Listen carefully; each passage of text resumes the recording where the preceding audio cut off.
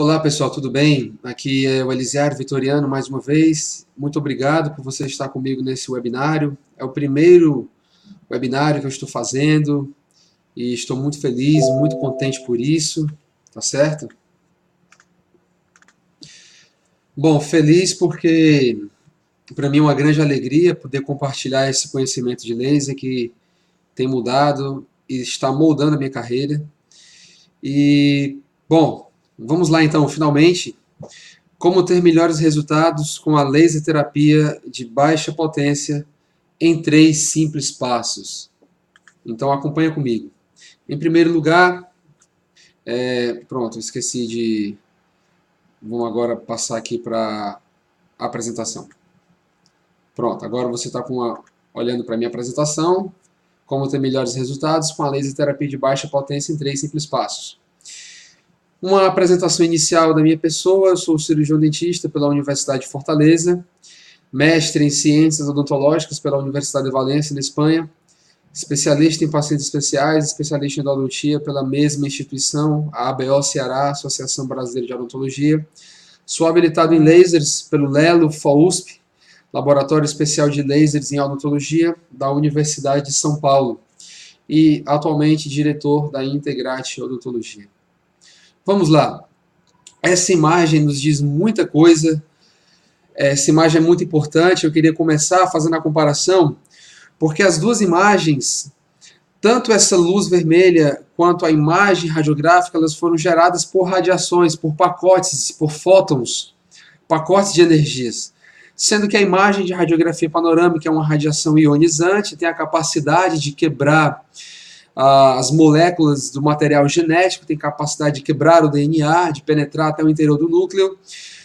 A luz vermelha, o laser, é uma radiação não ionizante, não tem essa capacidade. A radiação ionizante tem o comprimento de onda infinitas vezes menor do que a radiação não ionizante.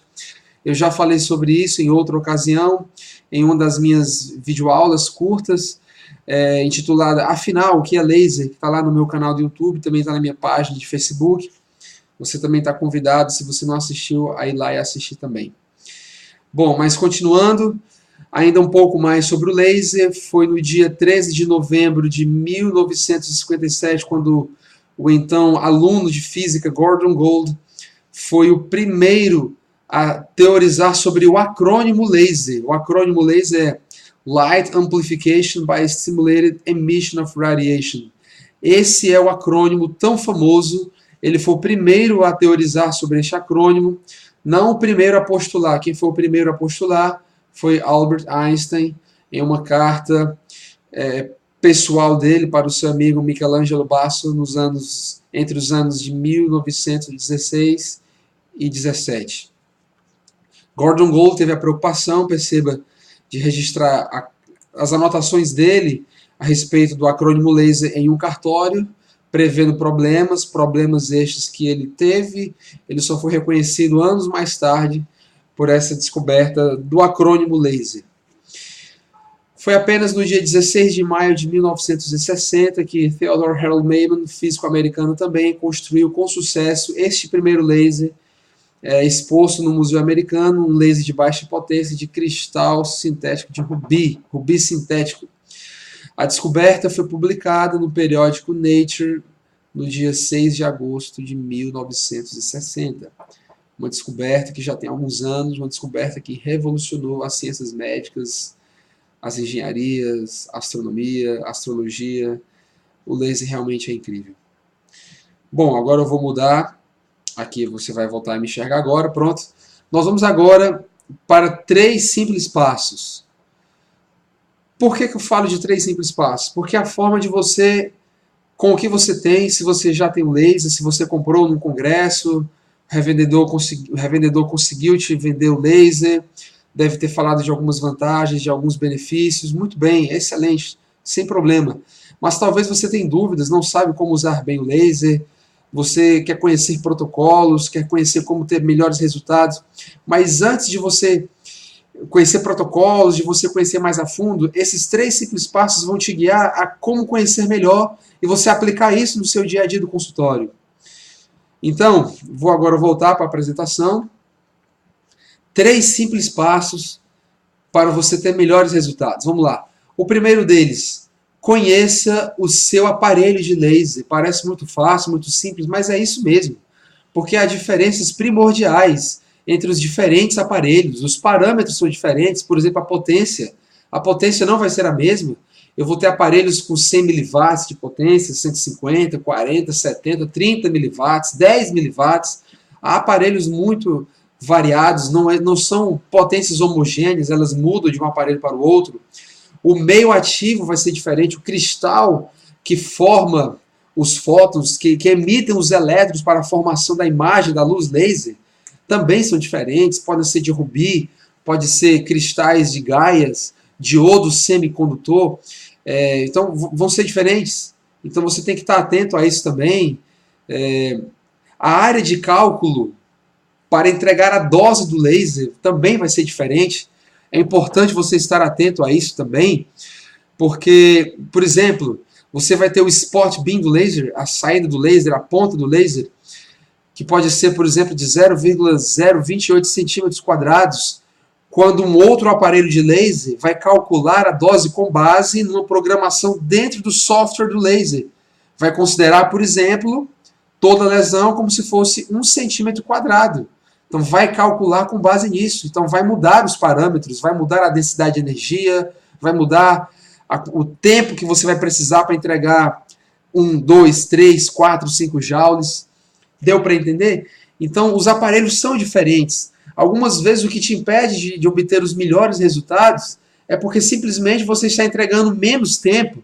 Você não está alcançando o tempo ideal para o protocolo ser realizado.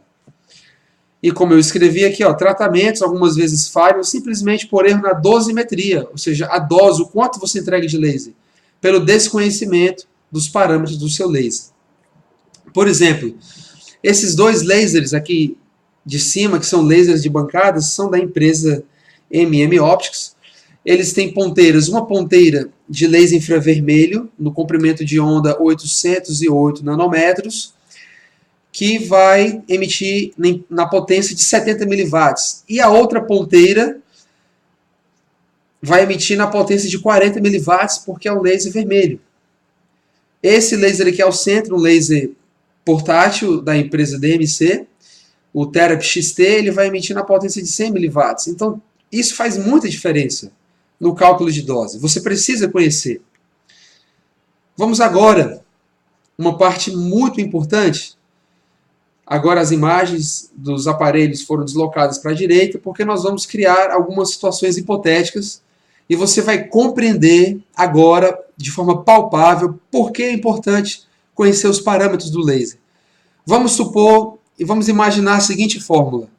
Energia igual a potência vezes tempo. Potência, a unidade internacional é watt, e tempo calculado em segundos. E se você definir o protocolo de entregar 1 joule de energia para tratar uma úlcera aftosa, em língua, por exemplo, pode ser em língua, como aquela primeira imagem que nós vimos nos primeiros slides, e quer saber por quanto tempo tem que irradiar o tecido, quanto tempo eu vou passar na ferida, mas não conhece bem o aparelho, então você vai ficar numa situação difícil. Você está acostumado a trabalhar com um determinado aparelho, você chega numa clínica, no consultório, no hospital, que tem um aparelho que você não está habituado. Eu vou até aqui mudar aqui para a minha imagem. Então imagina, você se depara com essa situação. Vou para o hospital. Eu tenho um determinado aparelho que emite uma potência de 70 mW.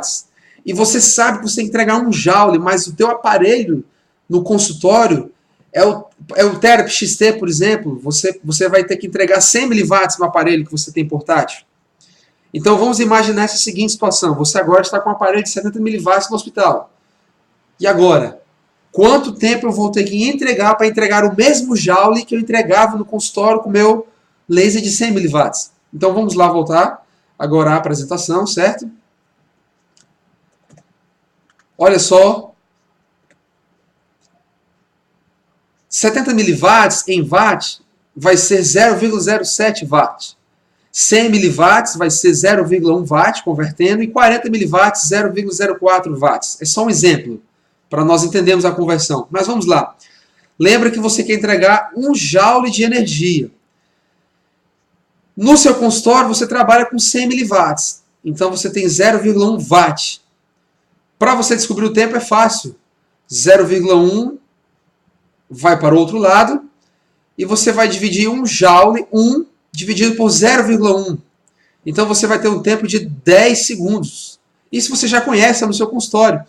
Mas quando você conhece o outro aparelho, lá do hospital, você vai perceber que você agora tem 0,07 watts, 70 miliwatts. E você vai precisar passar um tempo maior, 14,28 segundos.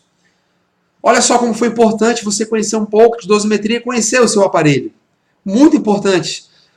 Você provavelmente não iria alcançar o resultado desejado se aplicasse os mesmos 10 segundos, você entregar menos energia àquela afta.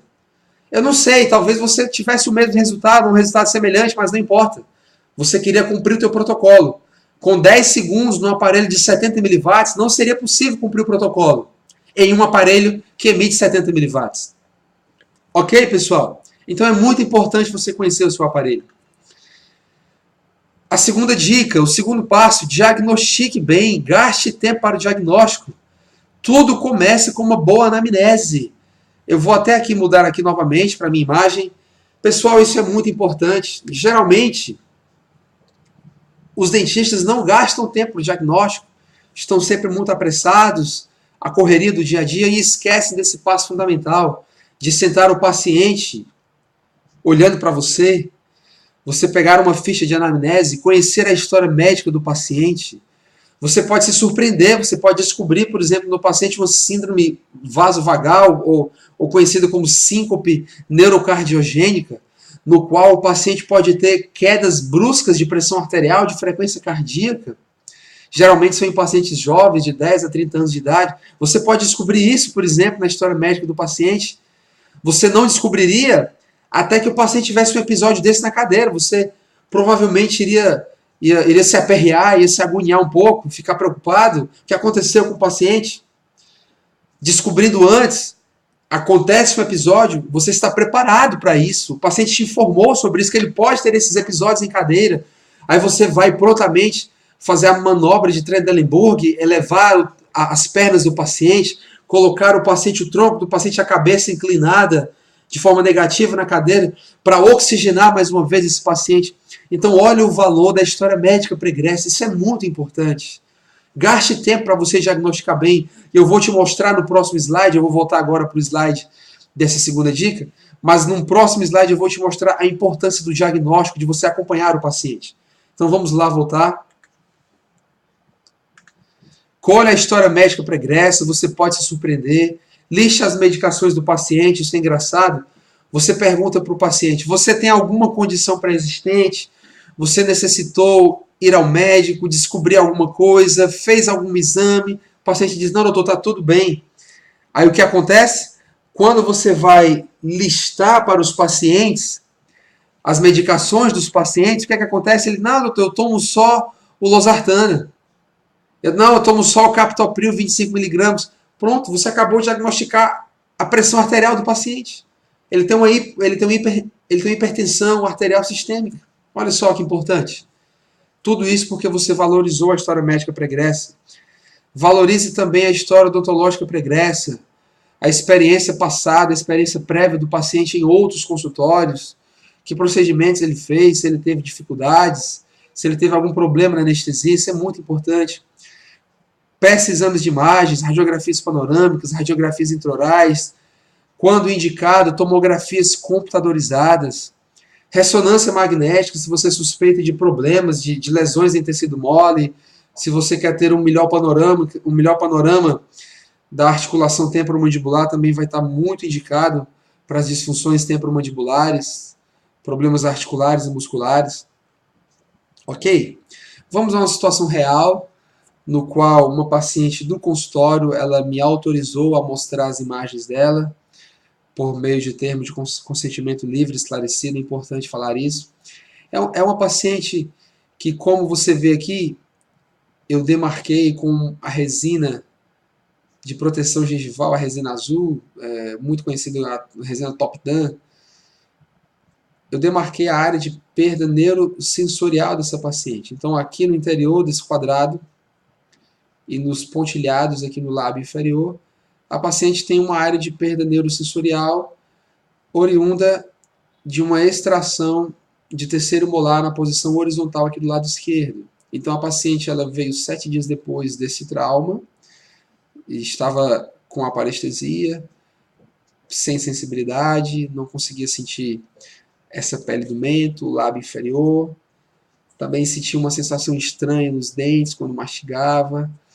Então, a paciente que estava um pouco incomodada com isso, ela ficou sabendo do tratamento com laser, ela queria aliviar os sintomas, queria ter a oportunidade de acelerar o reparo, a cicatrização dessas terminações nervosas afetadas, em especial o nervo alveolar inferior. Pois bem, a paciente chegou, paciente com bom prognóstico, adulto jovem, tinha sido submetida apenas a 7 dias da cirurgia. Esses são 2 fatores muito bons, muito favoráveis para o tratamento da laser terapia de baixa potência nas parestesias orofaciais. Mas o interessante, eu vou aqui novamente mudar aqui para a minha câmera, o interessante é que essa paciente não estava mostrando bons sinais de evolução, considerando a idade dela, considerando que ela veio tempos depois, 7 dias depois, para o meu consultório, fazer esse tratamento. Então eu decidi parar, reavaliar a paciente, eu percebi que a paciente estava evoluindo, com uma assimetria facial importante do lado esquerdo, havia uma tumefação, um inchaço, e ela estava começando a sentir dor, problema para mastigar, já estava com limitação de abertura de boca. Então isso ligou um alerta para nós. Eu pensei de repente em infecção, de repente a paciente estava com um sequestro ósseo em processo, já que eu sabia que ela tinha removido bastante osso.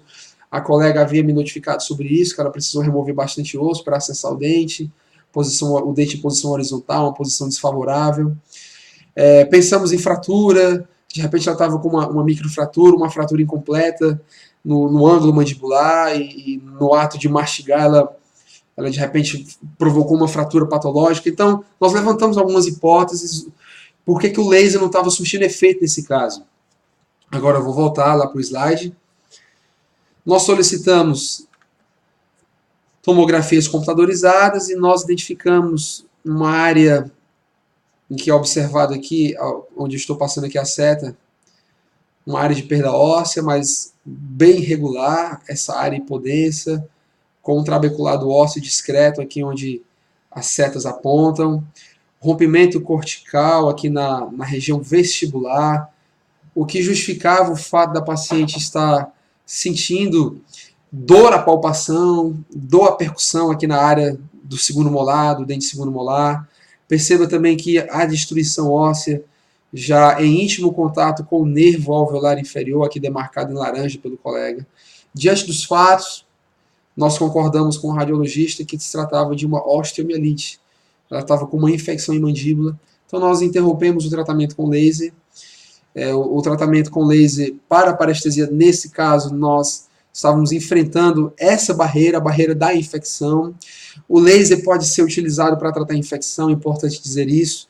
Eu posso te falar sobre terapia fotodinâmica em outros momentos, é bem interessante falar sobre terapia fotodinâmica antimicrobiana, mas nesse caso o tratamento para parestesia não ia surtir efeito porque nós estávamos com esse problema local, precisávamos resolver isso. Então vejam o valor diagnóstico, diagnosticar bem, preservar bem o paciente, faz toda a diferença no caso. Ok, pessoal? Em terceiro lugar, realize um treinamento específico. Você precisa de um treinamento específico em laser terapia. Você vai estar mais preparado se fizer um treinamento específico de confiança em bons centros de treinamento de laser, que tenham reputação, que tenham bons pesquisadores, professores da área, que trabalham corriqueiramente com laser, que publicam, que podem te oferecer a oportunidade de conhecer mais de um aparelho de laser, tanto de alta quanto de baixa potência. Isso vai te abrir oportunidade de novos contatos e, por que não, de novos negócios também, de parcerias de trabalho, porque a laser terapia, ela oferece um ambiente multidisciplinar incrível, fantástico.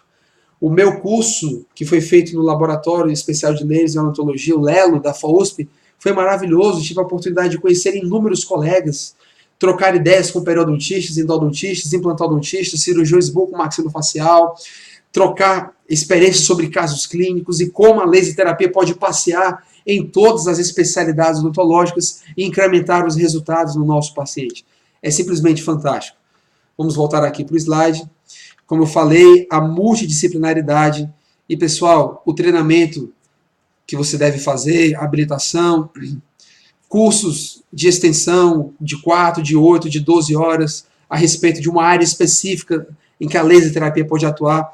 Tudo isso é importante para você evitar o empirismo de fazer simplesmente as coisas porque alguém publicou um manual ou porque uma determinada empresa ela lançou um encarte dizendo quantos joules você tem que usar, qual é o comprimento de onda, infravermelho, vermelho, para uma determinada lesão. Isso tem valor, isso é bom, isso, não estou dizendo que isso é ruim, isso é muito legal para um iniciante conhecer alguns protocolos para ele aplicar de forma imediata no consultório, mas cuidado com o empirismo, você pode ter problemas com o empirismo. Eu também quero, em outra oportunidade, preparar para te trazer um caso de que quando nós não observamos muito bem o diagnóstico, nós podemos algumas vezes agravar. Cuidado, você pode agravar algumas situações se você não conhecer, não souber muito bem o que está fazendo com a laser terapia. Ok, pessoal? Então, muitíssimo obrigado. Quero exaltar essa experiência que eu tive no Lelo, no ano passado, quando eu fiz a minha habilitação em lasers, tive a oportunidade de conhecer essa figura maravilhosa, o professor Carlos de Paula Eduardo, Aline Simões Gonçalves, que está agora num pós-doutorado na cidade de Chicago, em laser terapia. Tive a oportunidade de conhecer esse ambiente maravilhoso, inspirador, que me trouxe excelentes experiências com a laser terapia. Foi simplesmente fantástica essa experiência. Recomendo que você faça a sua habilitação no Lelo FOUSP.